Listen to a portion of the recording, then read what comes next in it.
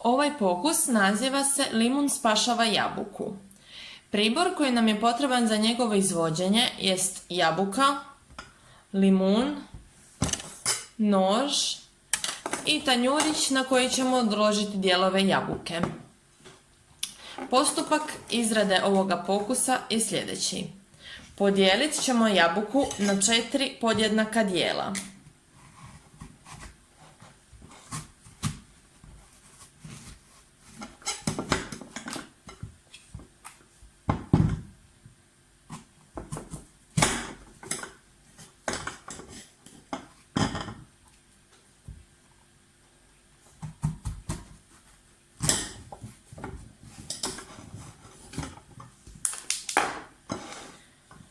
Na 2 od ukupno 4 dijela jabuke iscijedit ćemo limun.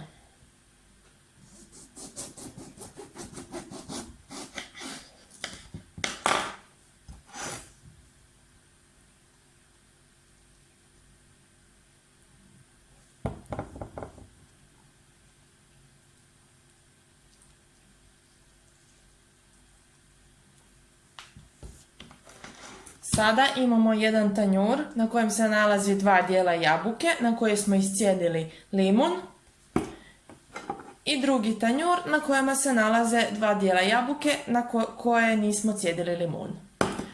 Ostavit ćemo ovaj pokus da stoji 3 sata i nakon 3 sata snimit ćemo nove promjene i reakcije. Nakon 3 sata promatramo što se dogodilo s našim jabukama. Ovo je jabuka na kojoj smo ocijedili, odnosno istisnuli limunov sok. Ovo je jabuka na koju nismo ocijedili limunov sok. Vidimo razlike između tih jabuka.